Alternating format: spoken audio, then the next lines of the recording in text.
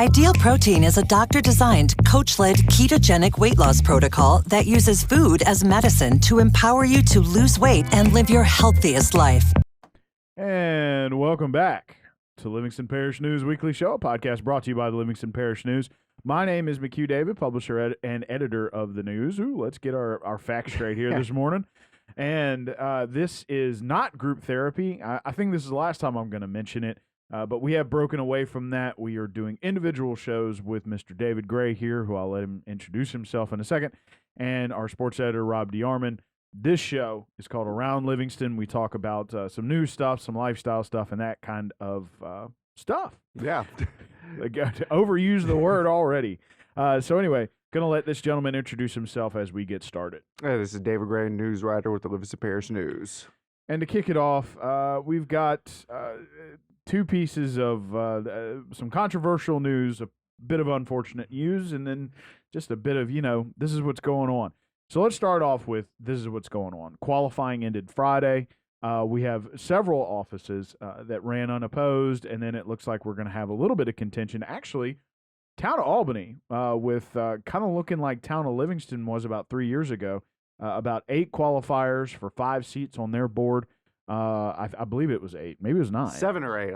I'm looking up the number right now. But yeah, they had, and I remember when I went there that day, the day when qualifying opened, they all their people were there like early in the morning. It was kind of a slimmer turnout. Usually when qualifying first opens, that's when you have, a lot of times you have to line out the door for people ready to qualify, just to make sure that they don't miss out. And Albany, I remember they had 5 people there like at 8 o'clock on the dot. So they were ready. But yeah, they will have some races. They have 1, 2, 3, 4, 5, 6, 7 people vying for 5 seats. So that is but yeah, I guess we'll get into that. So yeah, the town of Albany, their town council, they have 7 vying for 5 seats, and Denham Springs, you have 6 vying for 5 seats. Town of Killian and French Settlement boards, they also have 5 for Killian going for 2 seats, and then in French Settlement 4 going for 2 seats. Then there's a mayor's race in Killian, and then school board, you have districts 4, 7, 8, and 9 that will have races.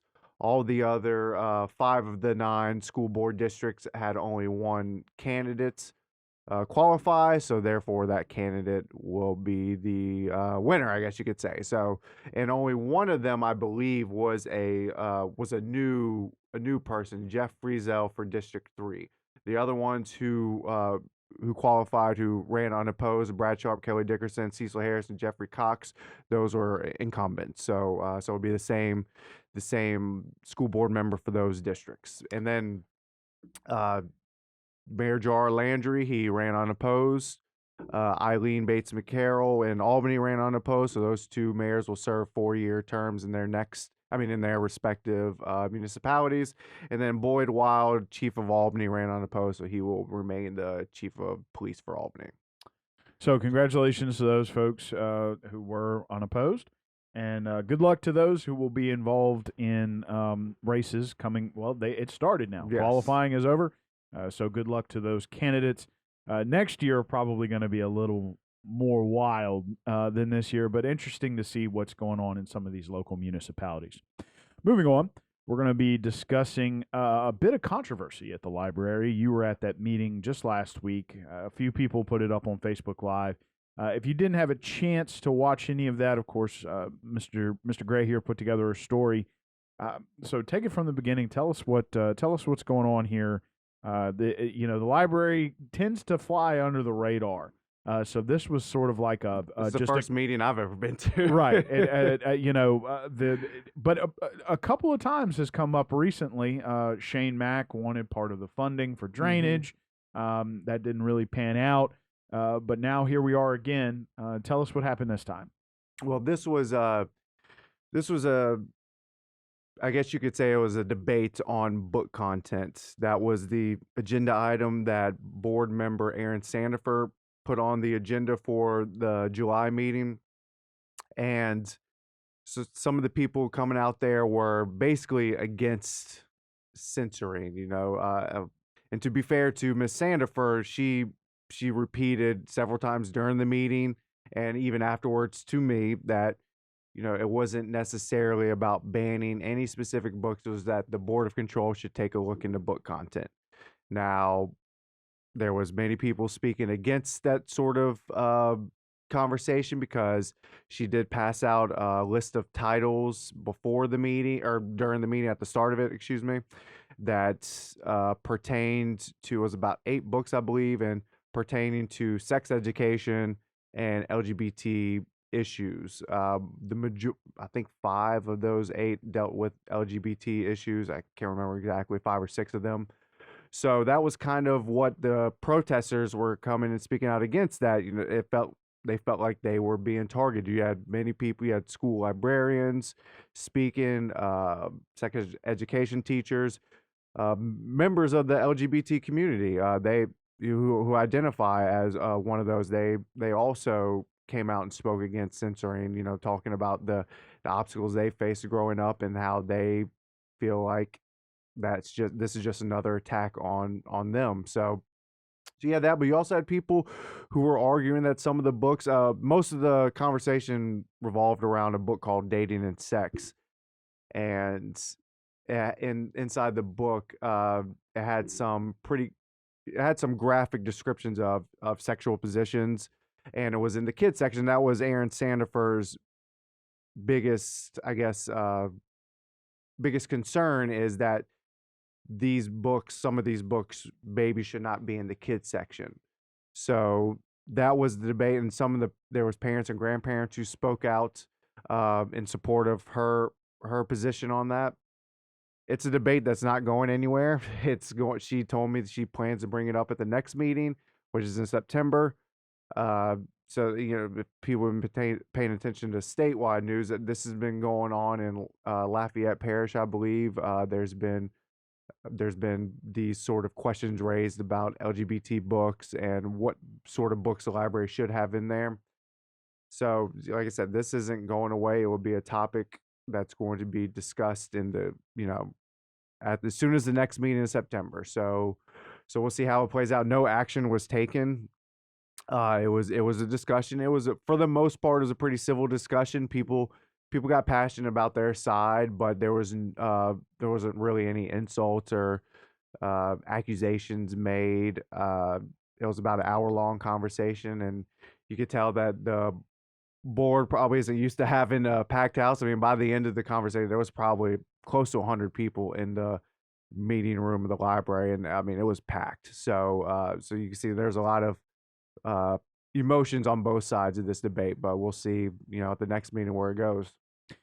Yeah, so be on the lookout for more updates on that. Important to note that I didn't hear you mention there's a lot of books. There's a huge physical capacity. Yeah. I wrote it at the end of the story. I need to look up the exact figure. I believe it's 400,000 books and 300,000 physical items, and then 1.4 in the digital collection. That's where I got 1.4 million. That's where I got the 400 from. Yes. So yes, so there are a lot of books in the library. So Erin, Miss Sandifer hasn't made it clear if she wants to have the Board of Control look through every one of these books. That would be quite an endeavor to go through 300,000 books, or just the ones in the kids section, or just ones pertaining to certain issues. It was kind of, I believe there would be more clarity, especially at the next meeting after this first sort of introduction to the topic. I believe there will be more clarity on both sides, what she is specifically wanting to address regarding book content, and people's concerns about possible censorship, or what they view as censorship. So yeah, it's not, conversation isn't going anywhere. It'll be talked about again. Sure. So again, be on the lookout for that from Mr. David Gray.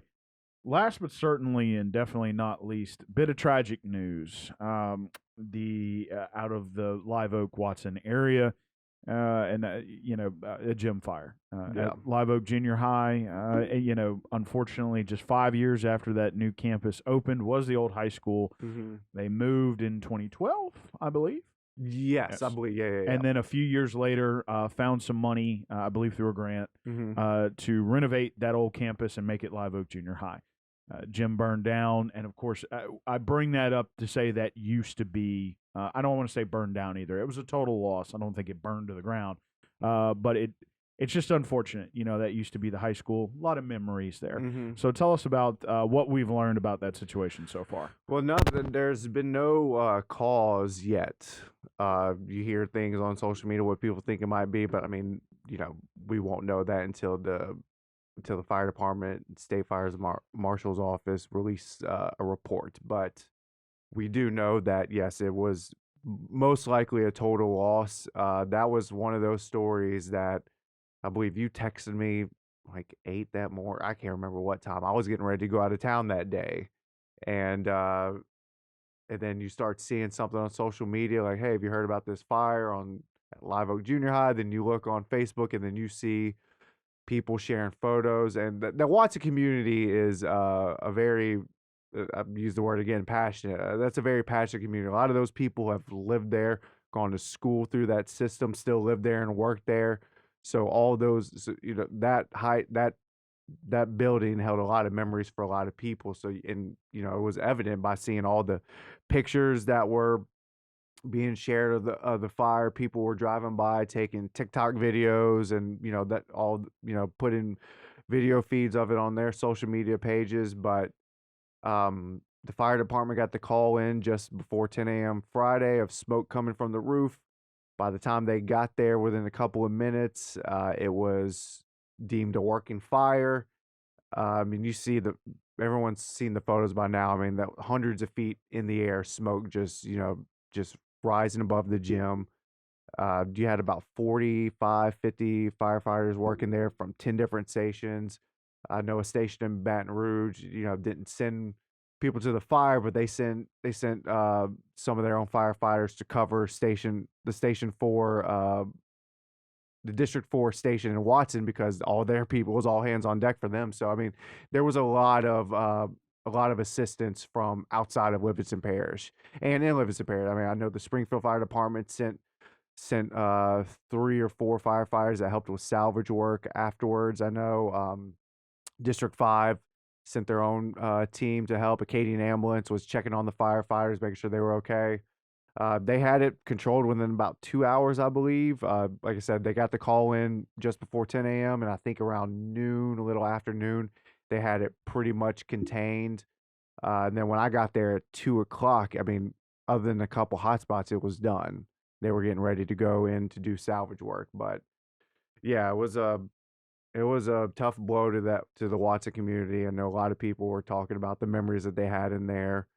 And it's also a blow because that gym was used as a shelter for disaster relief. That was part of it was a part of a wind retrofit project grant, and part of one of the stipulations of that grant was it had to be used as a shelter during times of natural disasters. During Hurricane Ida last year, I went there and they had a few dozen people that were having to stay in there after Ida because their houses were destroyed. So don't know what will happen now. Haven't heard anything new about plans to rebuild, relocate. Fortunately, it did not get to any other buildings on campus. It was contained just to the gym, so I don't believe it's going to impact students going to school. And that's another thing to be grateful for. That happened during the summer. No one was on campus. It would have been a lot worse if that had happened a month later. So the terrible situation handled as well, or that turned out as well as it could have, I guess I should say. I mean, obviously you don't want to fire it at all, but if it had to happen, it's better that it happened when no one's on campus and happened in a way that just affected one building and not the rest of the buildings. That, like you said, $5.5 million that renovated that school just 5 years ago, that could have just been down the drain. I mean, insurance obviously would cover some, but still, that would have just been a blow to a school that's not even 5 years old to lose, but they were able to keep it to the gym. So that is the only 2 silver linings in this situation. Sure. So thank you to those firefighters who showed up. Thankfully, it did not spread, as you said, to the rest of the school. And of course, I've heard, I'm not going to rumor monger here or anything like that, but it's important to note that in places like Walker, they have found grants for disaster recovery staging areas and things like that. So there may be a method to get that gym back without too much out of pocket costs from the district itself. So going to be interesting to see how they move forward there. Well, thank you, sir. We appreciate it. Why don't you go ahead and now introduce yourself as we head into Rob's show. Hey, this is David Gray, news writer with the Livingston Parish News. And my name is McHugh David, publisher and editor of the news. Appreciate you guys out there joining us for Around Livingston. This is where we talk about what's going on here in Livingston Parish. Please remember the news is on Facebook, Twitter, LinkedIn, Instagram, and YouTube. We are once a week in print on Thursdays at $7 a month to get that in your mailbox. We're also online, www.livingstonparishnews.com. We appreciate you joining us for this show, and we'll see you next time.